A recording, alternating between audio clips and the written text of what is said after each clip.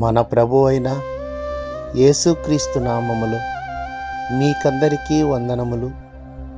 ఈరోజు దేవుని వాక్యము.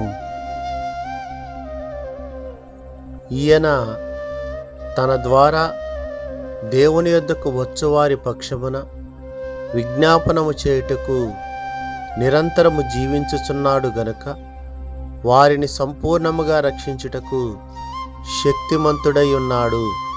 హెబ్రీయులకు రాసిన పత్రిక 7వ అధ్యాయము 25వ వచనము.